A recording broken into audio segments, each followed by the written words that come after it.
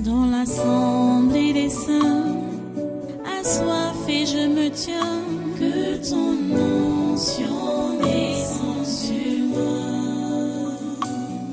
Conscient que mon destin est dans le creux de ta main, que ton onction descende sur moi. Je suis disposé, assoiffé, que ton onction descende sur moi. Je suis disposé, assoiffé, que ton onction descende sur moi.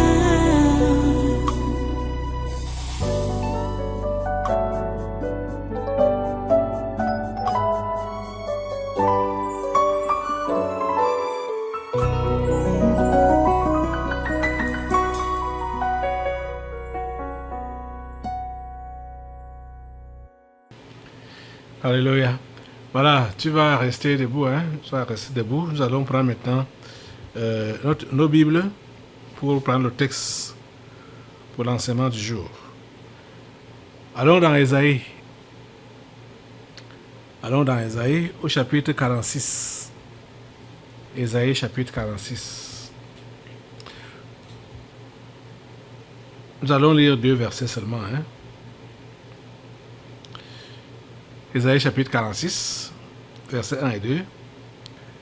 Bel s'écroule, Nebo tombe. On met leurs idoles sur des animaux, sur des bêtes. Vous les portiez et les voilà chargés, devenus un fardeau pour l'animal fatigué. Ils sont tombés, ils se sont écroulés ensemble. Ils ne peuvent sauver le fardeau et ils s'en vont eux-mêmes en captivité. Prions le Seigneur. Dieu tout puissant, nous te remercions pour ta parole de ce jour et de ce moment que tu nous donnes. Merci Seigneur pour son accomplissement. Merci Seigneur pour sa réalisation. À toi toute la gloire et tous les honneurs. Merci pour ton Saint-Esprit qui est encore là aujourd'hui pour nous éclairer davantage sur ces prophéties et surtout nous redonner courage parce que tu ne parles pas en vain. Quand tu parles, tu exécutes, tu accomplis. Toi-même tu as dit que c'est une prophétie qui est en train de s'accomplir, qui va vers son accomplissement, qui court vers son accomplissement. Si elle tarde, attends-la. C'est ça que tu nous as dit. Tu nous as exhortés à attendre l'accomplissement de tes prophéties. Et nous te remercions, Seigneur, parce que tes prophéties s'accomplissent certainement. Sur Babylone, tes prophéties s'accomplissent. Sur l'Église catholique, tes prophéties s'accomplissent. Et sur sa fille, la franc-maçonnerie, tes prophéties s'accomplissent. Merci Seigneur, parce que tu nous donnes la grâce d'en finir avec ces sectes, ces divinités, ces idoles, ces cultes mystiques. À toi toute la gloire et tous les honneurs. Au nom puissant de Jésus, nous avons prié. Amen. Prends place dans sa sainte présence et une fois de plus, sois le bienvenu ou la bienvenue à ce congrès de surnaturel de ce 26 novembre 2023. Nous sommes déjà à quelques jours de la fin de l'année. Hein? Il reste pratiquement un mois. Et nous voulons en finir. Nous sommes en train, pas que nous sommes en train d'en finir avec la franc-maçonnerie. Qui dit franc-maçonnerie dit Église catholique. Et vous savez que ces derniers temps, ils ont voulu rejeter cela. Le pape a voulu rejeter cela.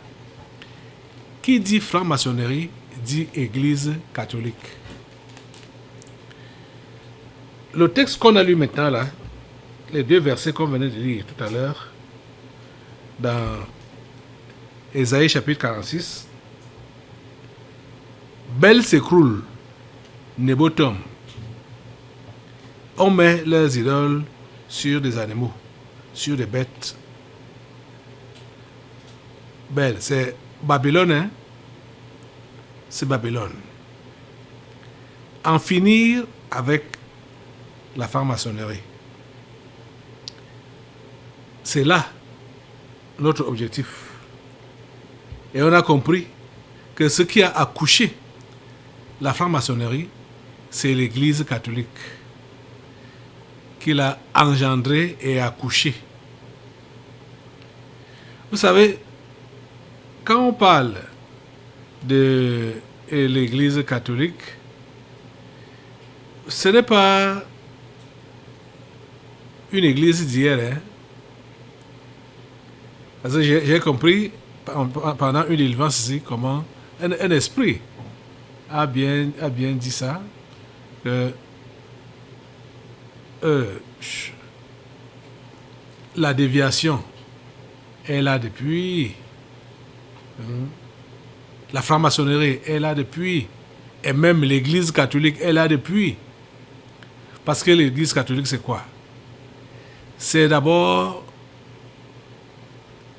le fief de l'idolâtrie, du mensonge, de la contrefaçon, de l'envoûtement.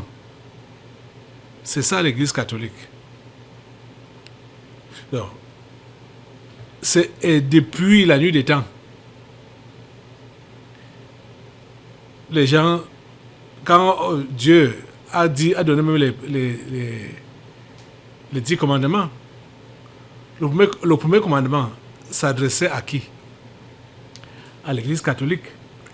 Ça veut dire que quand Moïse recevait les 10 commandements, l'église catholique était déjà en place avec ses déviations et avec sa franc-maçonnerie. Elle était déjà en place. Vous comprenez? Et c'est pourquoi Dieu a dit, pour le premier commandement, je suis l'Éternel ton Dieu, tu n'auras pas d'autre Dieu devant ma face. Tu n'auras pas d'autre Dieu devant ma face. Deuxième commandement, tu ne te poseras point devant... Je vais lire. Allons. Exode chapitre 20. Tu ne te feras point d'image taillée. Alors, on va lire en ordre. Exode chapitre 20. Vous comprenez directement que Dieu s'adressait à l'église catholique. C'est étonnant.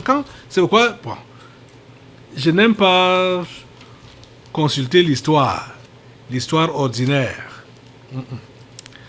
Vous dire en quelle année l'église catholique a été formée, machin, c'était avec telle personnalité, avec tel pape, machin. Ça m'importe peu. Ça m'importe peu. Ça, c'est pour divertir. C'est comme ça que j'appelle. C'est pour divertir. Parce que la révélation est dans la Bible. La révélation dans la parole de Dieu. L'église catholique existe depuis fort longtemps. Avec ses déviations, avec ses déviances, avec ses doctrines, avec son idolâtrie. Exode chapitre 20 nous dit, le premier commandement, je suis l'Éternel ton Dieu qui t'ai fait sortir du pays d'Égypte, de la maison de servitude. Tu n'auras pas d'autre Dieu devant ma face. Voilà le premier commandement. Et deuxième commandement, tu ne te feras point d'image taillée. Vous comprenez? Quelle est l'église qui fait les images taillées? C'est l'église catholique. Donc, vous comprenez que le Seigneur Dieu Tout-Puissant était en train d'indexer directement l'église catholique quand il donnait les 10 commandements. Et vous avez constaté que c'est l'église catholique qui a envahi le monde entier. Et sa fille, qu'elle utilise pour envoûter, pour influencer et dominer, c'est quoi? La franc-maçonnerie. Oui. L'église catholique, c'est la première déviance. première déviance, la communauté de l'idolâtrie, de l'apostasie, l'Église catholique. Donc ne soyez pas étonnés que quand on va dire que les catholiques ou les maçons sont là et où existent depuis longtemps. Depuis longtemps. Avant que Moïse ne soit suscité pour faire sortir Israël de l'Égypte. L'Église catholique était déjà là. Donc, tout ce qui se faisait avec les autres peuples, l'idolâtrie, même au désert, qu'est-ce que le peuple a amené Aaron à faire? Le peuple a amené Aaron à faire comme à l'Église catholique, à fabriquer le veau d'or.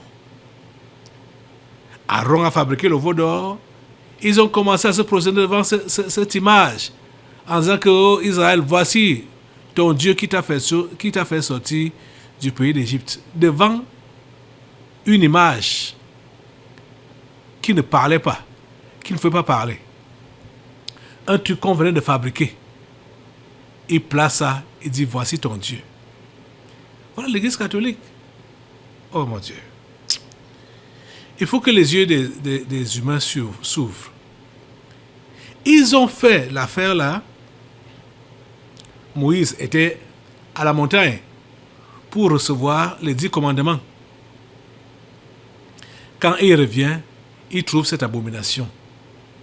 Il trouve comment le peuple était en train de se réjouir devant la statuette.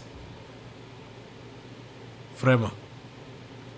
Moïse a même fracassé les tables de pierre qu'il avait en main, qui contenaient les 10 commandements. Il a fracassé cela, tellement il était en colère. Il avait fait seulement 1 mois, 10 jours, en train de recevoir les instructions de Dieu. Le peuple a vu que il les a abandonnés au désert. Il les a fait sortir pour les abandonner au désert. On ne sait pas ce qu'il est devenu. Ils ont dit, ok, tu nous fabriques un Dieu qui marche devant nous, qu'on voit. Ce Moïse, depuis qu'il est parti, il est où? Il ne fait même pas signe. Nous voulons un Dieu qu'on voit, un Dieu physique. C'est là donc que Aaron leur dit d'enlever les boucles d'oreilles qu'ils avaient, les bijoux qu'ils avaient sur eux et sur leurs enfants. Ils ont enlevé et ils ont fabriqué. Ils lui ont remis, il a donné ça à un orfèvre. Là. Il a fabriqué un veau d'or, là directement. Et ils ont commencé à l'idolâtrer. Vous voyez? Donc, à peine sorti de la captivité, ils n'étaient pas encore arrivés à la terre promise, mais ils ont commencé à se comporter comme à l'église catholique. Adorer les images, adorer les statuettes directement.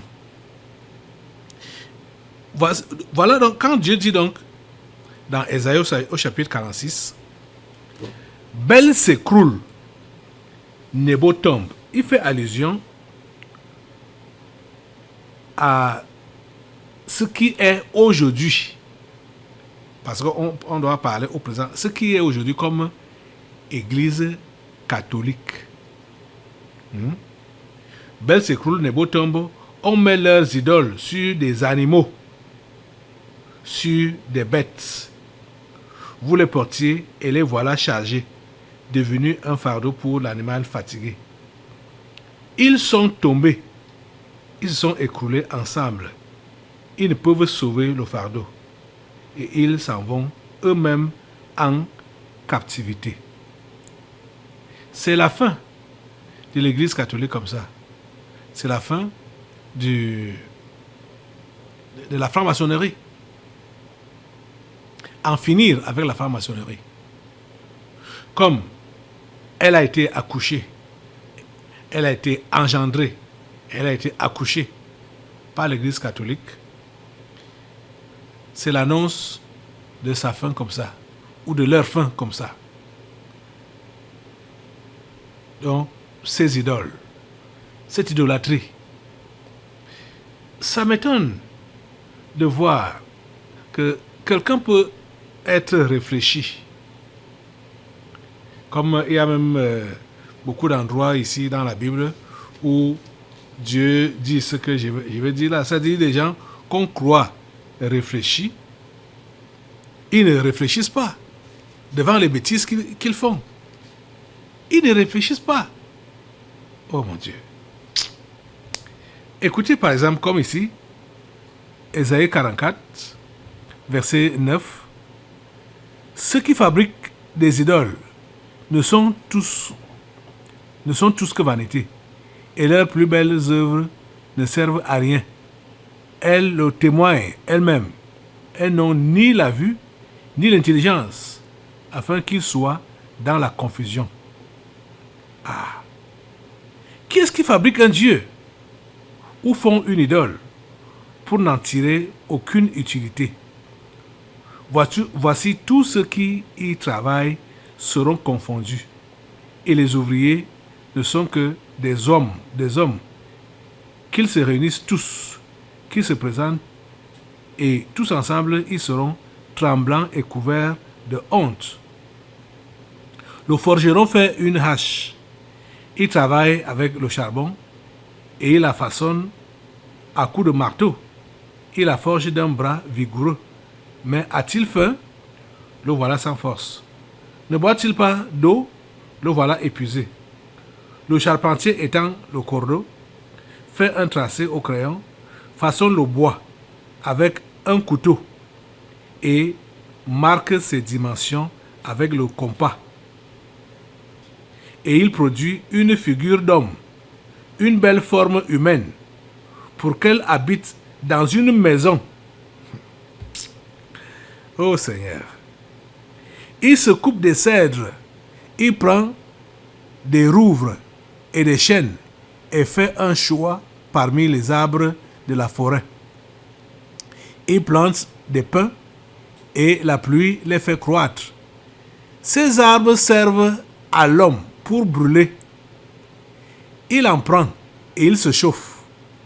Il y met aussi le feu pour cuire du pain. Et il en fait également un dieu qu'il adore. Il en fait une idole devant laquelle il se prosterne. Quelle folie! Oh. Que ce soit même les idoles en fer, le fer avec lequel on construit, on fait des ouvrages. Ce même fer, on façonne ça en forme, on donne à ça une figure humaine.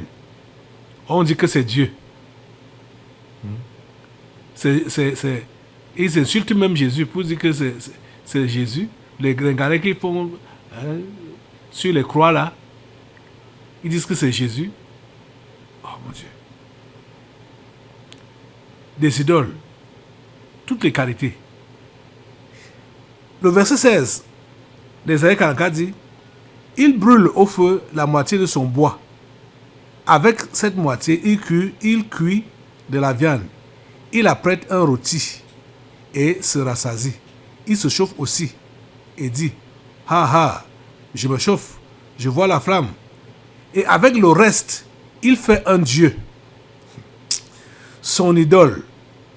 Il se procède devant elle, il l'adore.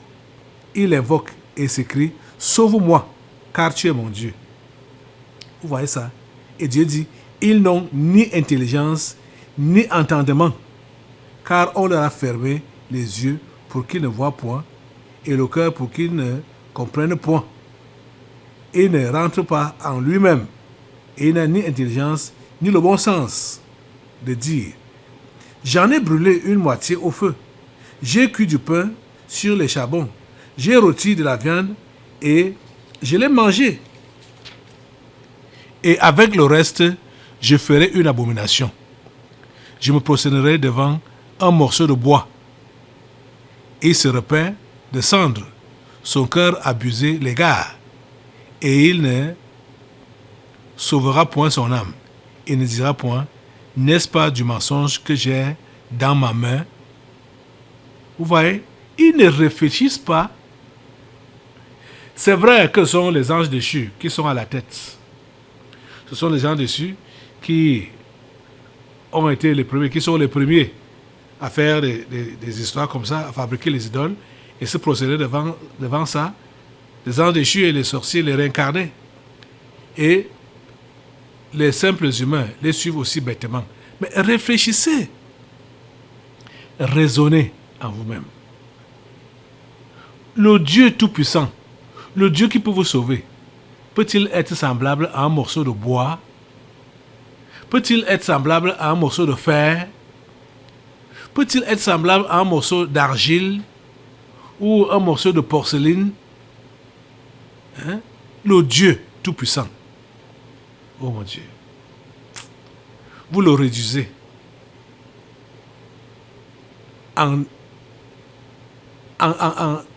en choses,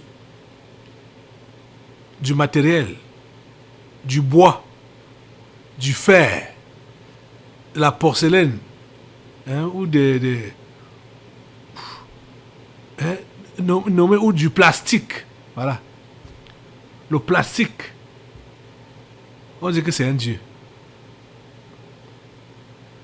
Les amis, ceux-là qui sont encore... Et il y a d'autres qui ont même... Je vous dis que l'idolâtrie du catholicisme a beaucoup de formes. Parce que vous allez voir ces gens, même certains ont pris le livre qu'on appelle la Bible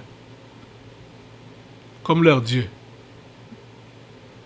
Parce qu'ils ont des cauchemars, ils prennent ce livre, ils mettent au chevet de leur lit, ils posent la tête dessus.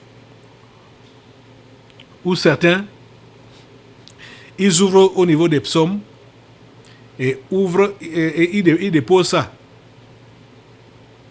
sur leur lit. Je ne sais pas qui doit venir lire ça. Les démons. C'est toujours l'idolâtrie. C'est toujours l'idolâtrie. Tu prends la Bible, tu poses ta tête dessus. Tu mets ça sous ton oreiller, ou même directement comme ça, pour que tu n'aies pas de mauvais rêves. C'est de l'idolâtrie. Ça, c'est l'esprit catholique. C'est l'esprit catholique. Comprenez? C'est l'esprit catholique. Donc cet esprit-là va être anéanti.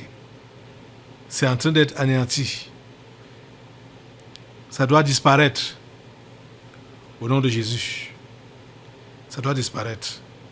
Complètement. Donc, au niveau des... On ne peut pas aller même dans les détails de tous les dessins, toutes les images, tous les symboles, que ce soit de l'église catholique même, ou de la secte franc-maçonnerie. Tout ce qu'ils ont là comme des images, des symboles, des pentacles ou le triangle, tout ça là, c'est des signes ou des symboles qui ont des significations mystiques. Mais Dieu dit que toutes ces choses-là vont être anéanties. N'auront aucune puissance. Comprenez? La franc-maçonnerie doit être anéantie. Ici, au pays. Vous savez que le Cameroun, c'est l'Afrique. Et le Cameroun, c'est le monde. quand c'est anéanti ici, c'est anéanti partout. C'est anéanti partout en Afrique et partout dans le monde. Vous pouvez imaginer, qu'est-ce qui a poussé celui-ci, ce journal, l'Indépendant, de dire que Ngongo sera remplacé par un puissant franc-maçon. Qu'est-ce qui l'a poussé à dire ça? Et vous allez voir que tous ces jours-ci, beaucoup de choses se passent autour de la franc-maçonnerie. C'est parce que son départ, son anéantissement est déjà là. Donc, les dires ou les histoires qui vont se raconter autour de cette secte, c'est juste pour, en termes réels, ou à lire bien le message, c'est pour dire que sa fin est déjà là. Et non son renouvellement comme beaucoup veulent le faire croire. Ou son établissement, ou comme beaucoup veulent le faire croire. Parce que celui qu'on a dit là qu'il va remplacer Ferdinand Ngongo, il est dans la nouvelle loge qu'on disait que c'est le préfet du Fundi a aboli. C'est ça qu'on a dit dans les commentaires que j'ai lus. C'est ça qu'on disait. De toutes les façons, ces loges, qu'elles soient acceptées par l'administration camerounaise, par les autorités ou pas, nous anéantissons tout cela au nom puissant de Jésus. Nous disons que leur présence n'a aucun effet sur les Camerounais. Aucun effet. La Bible dit que le voleur ne vient que pour voler, égorger et détruire. Et ce qu'on remarque dans ces sectes, ou comme dans l'Église catholique, comme je vous disais l'autre jour, que déjà, cette communauté décide de maudire tout ce qui entre dans son sein. Au moment des cendres, par exemple, on met la cendre sur la face de quelqu'un et qu'est-ce qu'on fait sur sa face? On dessine la croix. La croix, c'est quoi? C'est un symbole de malédiction. La Bible dit clairement que maudit est quiconque est pendu au bois. La croix, c'est un symbole de malédiction. Donc, on les maudit. Tout cela qui partent prendre la cendre, on les maudit. Et on leur dit même ouvertement que tu es poussière et tu retourneras dans la poussière. Ils disent Amen. Donc, ils acceptent d'être maudits. Voyez-vous? L'Église catholique fait ça d'une manière voilée. Mais au niveau des francs-maçons, dont de sa fille, c'est pas caché. C'est-à-dire quand elle veut tuer, vous voyez par exemple les signes qu'ils font. Hein? Et couper la tête. Déjà, les menaces. Ça, c'est les menaces pour les adhérents. Que comme tu es entré là, si tu essayes de te retirer ou de trahir, voici ce qui va t'arriver. Ta tête va tomber. Vous voyez? Et c'est comme ça que cette secte fait. Elle fait des ravages. Elle tue. Les accidents que vous voyez, les accidents de circulation,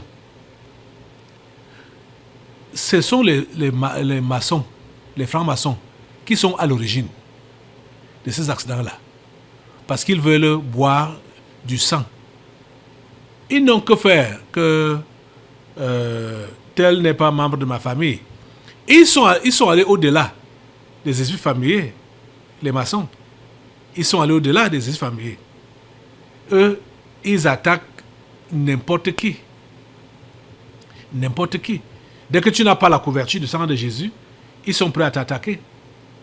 Et c'est comme ça qu'ils font. Donc, il faut que tu sois couvert avec le sang de Jésus pour qu'ils ne puissent pas t'avoir. Vous voyez ça? Ils attaquent tout le monde. Et bizarrement, ces gens-là ont des structures où les gens vont. Des structures comme les hôpitaux, les dispensaires, les cliniques. Là où les gens veulent la santé. Là où les gens veulent la vie. Mais qui les accueille? L'ange de la mort. Ô Seigneur, ta grâce et ta miséricorde. C'est l'ange de la mort qui les accueille. C'est terrible. C'est terrible. Ils ont des structures comme des cliniques, des hôpitaux. Ils ont ça. Des écoles. Ils ont ça. Vous voyez? C'est terrible. Et malgré le fait qu'on voit comment, par exemple, ces structures, comme les hôpitaux comme ça, où les gens meurent bizarrement dans ces milieux-là, mais il n'y a personne pour parler. Rien ne se passe. Soit on ne ferme pas, ou les gens ne cessent pas d'aller là-bas. Parce que quand les gens sont éveillés, on n'a même pas besoin de fermer. C'est chacun qui doit se retenir pour ne pas aller dans ces milieux-là. Mais ce n'est pas le cas que nous constatons. Ce n'est pas ça que nous constatons. On constate qu'il y a des morts bizarres qui se passent dans certains milieux, mais ça n'empêche que davantage il y ait de l'affluence. Ça, c'est des choses comme ça on doit refuser. Ça doit finir dans ce pays, ça doit finir. Tu vas te lever. Tu vas te lever. Et on va prier Dieu pour que ils soient tous exposés partout où ils opèrent pour verser du sang. Vous allez voir par exemple le cinéma que le ministre des Transports fait avec ses collègues qui ont des agences de voyage là. Il tue les gens. Et puis il va dire que l'agence là est suspendue. Il va même dire pour un mois ou bien pour 2 jours après. Ça reprend les bus reprennent la route. Les histoires de gens là, ça doit s'arrêter ici au pays. Ils ont des structures comme les écoles. Pour les écoles, ça c'est légion. L'Église catholique elle-même, c'est là-dedans qu'elle abonde dans la création des écoles. Que ce soit les écoles primaires, que ce soit les collèges, que ce soit les instituts supérieurs, tout ça là. Et on entend tout ce qui se passe dedans comme abomination, dans les petits séminaires, les grands séminaires, les abominations qui se passent là-bas dedans, que ce soit des lieux de recasement des sœurs religieuses ou les internats. On entend tout ce qui se passe là-bas comme abomination, mais ça continue à évoluer. Ils ne sont pas inquiétés. Assemblée, lève ta voix pour demander à Dieu d'enlever la couverture qui les couvre et qui les cache. Et surtout, d'enlever le voile sur les yeux des simples, sur leur conscience, parce que plusieurs, ils vont dire que nous on ne regarde pas ça, on sait que les catholiques enseignent bien, on sait que l'école enseigne bien, on sait que le propriétaire est sectaire, on sait qu'il est franc-maçon. Et on a même déjà vu des gens qu'il a eu à livrer. Mais on continue à inscrire les enfants dans l'établissement là. Les amis, nous devons prier pour que ce voile-là, qui voit les yeux des gens, et cette couverture qui couvre ce secteur, que cette couverture-là se déchire. Prie Dieu que ces couvertures se déchirent. Que ça se déchire. Mets le feu sur cette couverture qui les couvre, qui couvre les francs-maçons, la couverture qui les couvre au nom de Jésus. Ils font des choses, des abominations, ils commettent des meurtres, ils commettent des tueries et ils sont pas inquiétés. Ils continuent à fonctionner sans problème. Au nom de Jésus, ils sont exposés aujourd'hui. Ils sont exposés aujourd'hui. Ils sont exposés, ils sont mis à nu aujourd'hui au nom de Jésus de Nazareth. Au nom de Jésus. Et ces structures, leur structure-là, ça tombe au nom puissant de Jésus. Ça tombe au nom puissant de Jésus. Seigneur, merci parce que tu exposes. Merci parce que tu exposes. Tu mets à nu, Seigneur, toutes les mauvaises choses qu'ils font et leur nature réelle. Seigneur, tu montres leur nature réelle. Oh Dieu. Nous comptons sur toi. Nous comptons sur toi. Nous comptons sur toi, oh grand Dieu. Merci parce que tu agis. Merci parce que tu agis. Merci parce que tu ouvres les yeux des simples. Merci parce que tu ouvres les yeux des simples. Tu ouvres leur intelligence et tu permets qu'ils puissent entendre ta voix qui leur dit de sortir de ces milieux-là. Ta voix dit, sortez du milieu. Que tes enfants sortent de ces milieux-là. Que tes élus sortent de ces milieux-là. Oh Dieu. Merci Seigneur.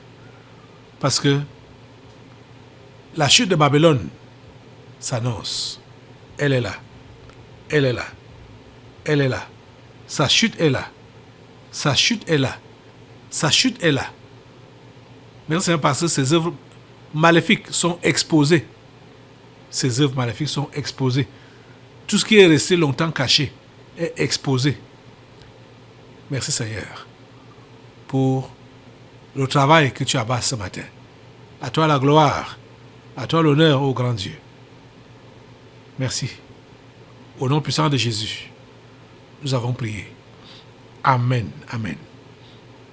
Assois-toi. Nous allons maintenant passer aux délivrances prophétiques. Dans l'assemblée des saints, assoiffé je me tiens, que ton onction descende sur moi. Conscient que mon destin est dans le creux de ta main, que ton onction descende sur moi. Je suis